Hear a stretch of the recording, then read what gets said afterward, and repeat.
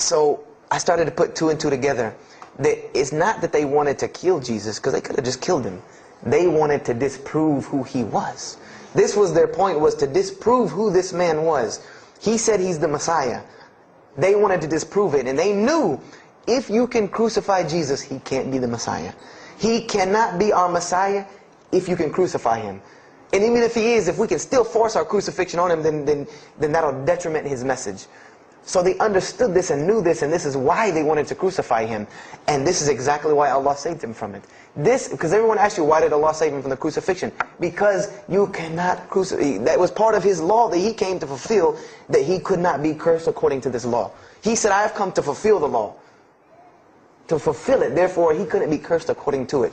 And this is why he went to the Garden of Gethsemane and asked God to remove this from him, because he knew how detrimental this was to his message of crucifixion.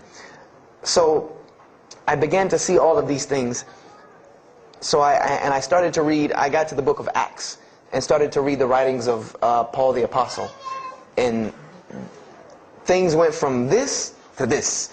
It went from one way to another way. It went completely flipped, turned around. The entire teachings went from obeying God, worshiping God, following the law, to worshiping Jesus Christ and abolishing the law completely. Paul even wrote to the Galatians, "Oh, you foolish Galatians, why are you still following this cursed law?" Jesus Christ came as a curse to remove us from the affliction of this curse.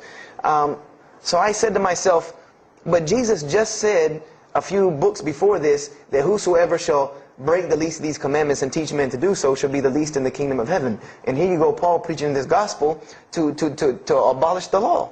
So I even asked, what is going on here? So I started asking my pastor, and my pastor said, now you're getting into deep water. You know, now you're starting to question the New Testament. You really have some issues. You know, they even thought that I might be, you know, possessed and all kinds of things.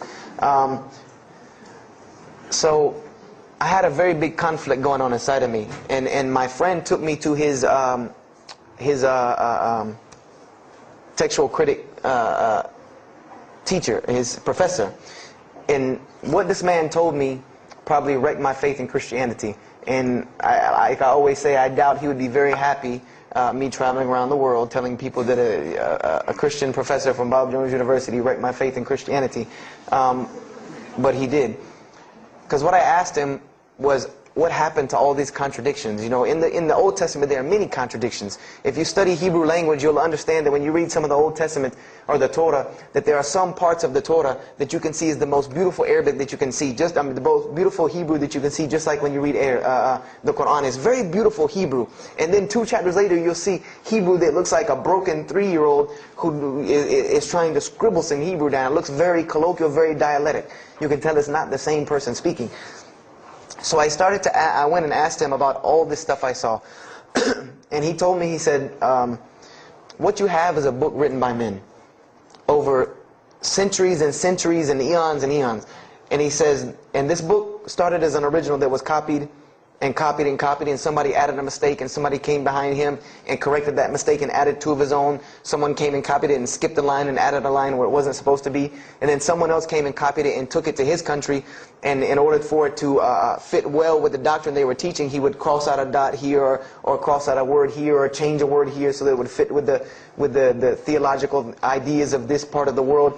And he said, and after all these years, you have a book now that is compiled from all of this, written by the hands of men that still have men's fingerprints left on it. And that's what you have. You have an imperfect book that is only perfected through faith.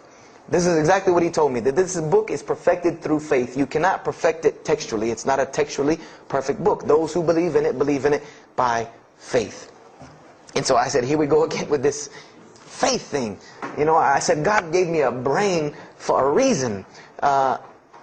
If he did not want me to use it, he would remove this reason and logic part of my brain out and replace it with more faith. So, you know, and I was of the opinion, you know, as the saying goes, my grandmother didn't raise a fool. I'm no fool.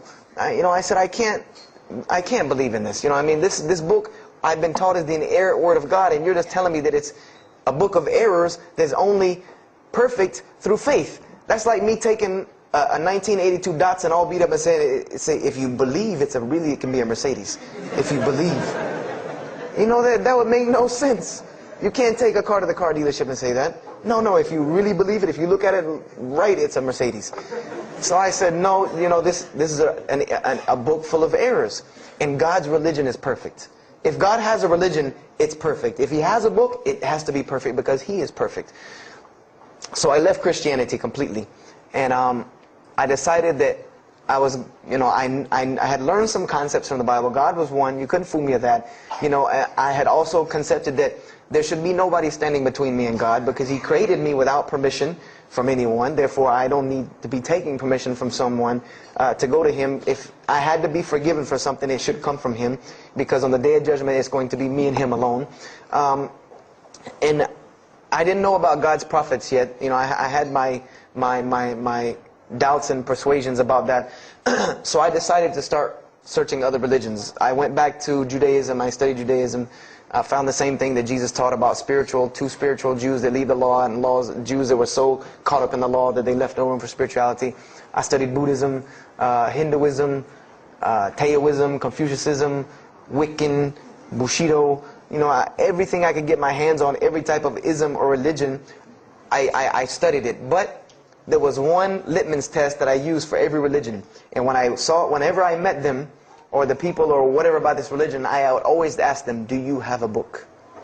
Do you have a book? Because another thing I had come to the conclusion of is that if your religion is true, you should be able to tangibly hand me something and show me that this religion is true. Give me something that I can see. I don't want to hear that faith stuff anymore. I heard that all my life, and look where it got me. It got me thinking I'm driving a Mercedes running around in 1982 beat-up Datsun. I said, no, you have to show me. And so I read the Bhagavad Gita, I read the Torah, I read the Scrolls of Tao, you know, I read the Code of the Bushido, I read the Wiccan Book of Spirits and Spells and all that other magic stuff they have. And I read all of these things, and I found something very congruent with all of it, was that there were very same philosophies and teachings in all of these major religious books. They all talked about God and His nature. Most of them alluded to the fact that God is one, and that God sends messengers to us and people to us to teach us. But they were filled with a whole bunch of garbage, to be honest with you, that I couldn't logically, rationally believe.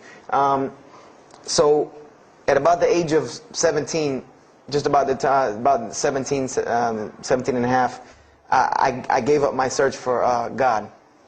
And I became kind of angry with God, because I said, here I am looking for you, and I can't find you, and it doesn't look like you're giving me any help. And I don't know how many of you know, but for a 17-year-old that is frustrated with God and the world, there's a lot of trouble he can get into. There's a lot of things he can do to put himself in predicaments when he's frustrated with the world and had come to the conception that, you know, if there's a God that exists, then He doesn't really care about me. You know, that's a kind of a dangerous young man. So I started doing the whole partying in trouble, going to parties, drinking underage, all of this stuff I started doing. You know, I'm a perfectionist at heart.